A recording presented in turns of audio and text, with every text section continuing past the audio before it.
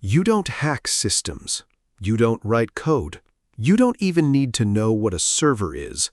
All you do is sell information. And by the time you realize what that means, it is already too late to stop. Level 1. The offer. It starts with a forum post. You are not looking for it, you just find it.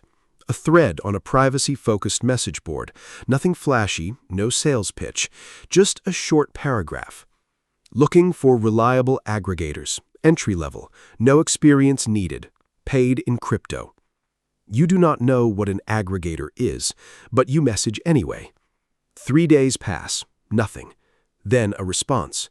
One line. What can you access? You think about it.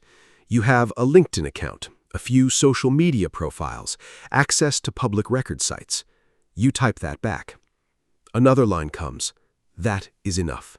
Here is your first task. The task is simple, almost embarrassingly simple. Find the current home address for a specific name in a specific city. No context, no explanation of why. You tell yourself it is probably a background check, something legal. You find the address in 11 minutes. You send it back. 40 minutes later, your crypto wallet gets a notification. $40 for 11 minutes of work. You stare at that number for a long time. Level 2. The routine. Within 2 weeks, you have a routine. Every morning, you wake up, open your encrypted messenger, and find a list. Names, cities, sometimes a partial email to cross-reference. You build a system. 6 browser tabs open at all times. Public record sites, county court records, old social media caches. You get fast. What took 11 minutes now takes 4. You're doing 15 to 20 lookups a day. The money stops feeling like a surprise. It starts feeling like a salary. You're making between $400 and $600 a week. You tell yourself it is research work, data work. Everyone sells data. Facebook does it. Google does it. You are the middleman. One night, you search one of the names yourself before sending it. A woman, mid-30s, a nurse, 2 kids. You send the address anyway. You close the laptop. You do not sleep well.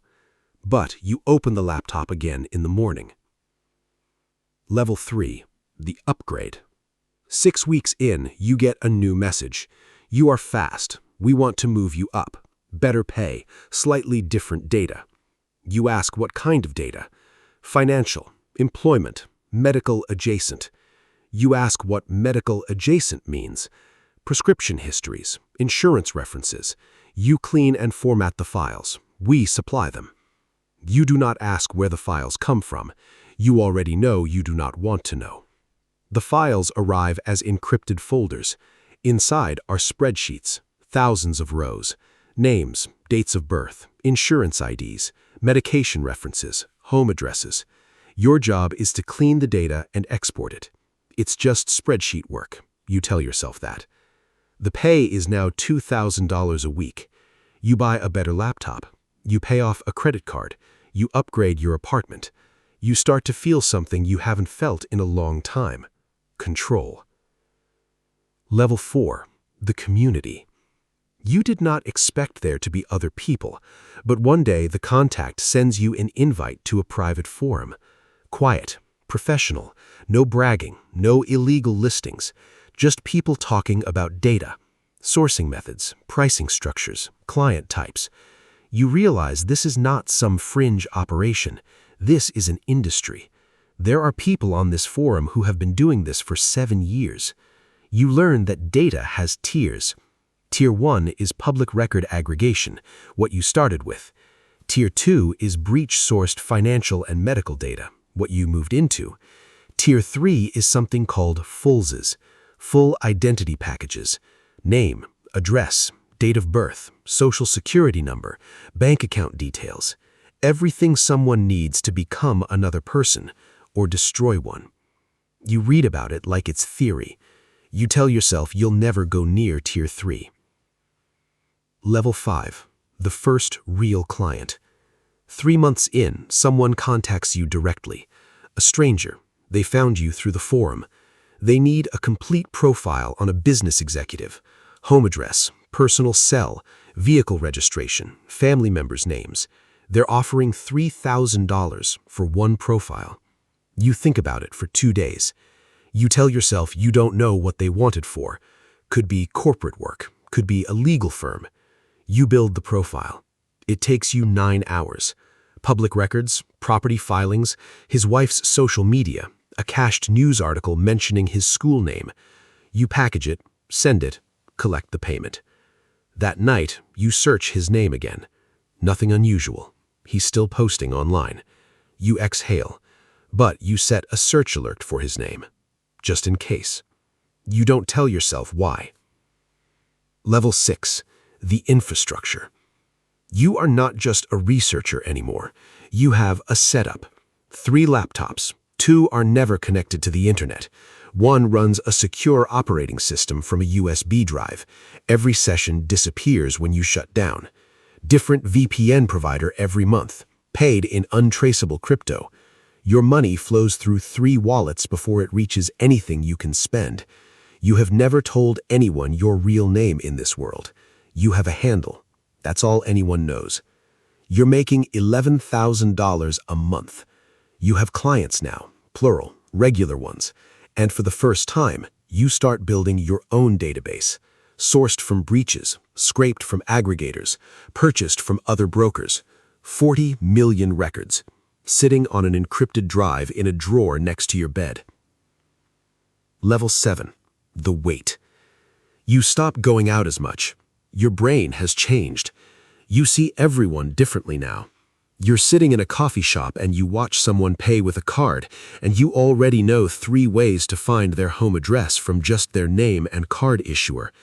You know things about digital trails that most people will never understand, and it makes you paranoid about your own. You vary your routes home. You don't use your real name on delivery apps. You flinch when someone takes a photo near you, because you know what data can do.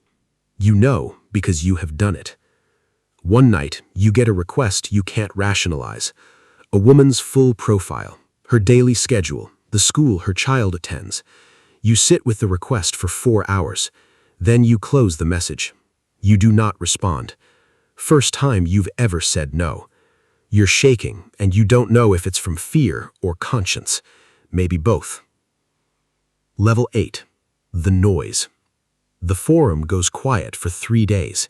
Then someone posts a single message. 3 arrests in Germany, 1 in the Netherlands. Be clean. The post is deleted within an hour, but you saw it. You spend the next 6 hours going through your operation. You wipe 2 drives. You destroy a SIM card. You move your crypto. You are calm. You are methodical. But underneath the calm, there's something else. You find an article about a data broker arrested in Eastern Europe. Mid-30s, worked from home. Neighbors described him as quiet, kept to himself. You read that article 4 times. You know exactly what his setup looked like, because it looks like yours. Level 9, the knock. You hear it on a Tuesday morning. 3 sharp knocks. Not a neighbor, not a delivery. 3 hard, deliberate knocks. You don't move for 10 seconds. Then you go to the window. 2 cars on the street that weren't there yesterday. Nothing obvious, but you know. You've spent months thinking about what this moment would look like, and it looks exactly like this. You think about the encrypted drive in the drawer. You think about the 40 million records. You think about the woman's profile you refused to pull, and the dozen you didn't refuse. Your phone buzzes. A message from a number you don't recognize. Do not open the door. Back exit, now. You stand there. You don't know who that is. Could be someone protecting you. Could be someone moving you worse. You have 4 seconds to decide. Level 10, the cost. There are 2 ways this ends. In the first version, you run.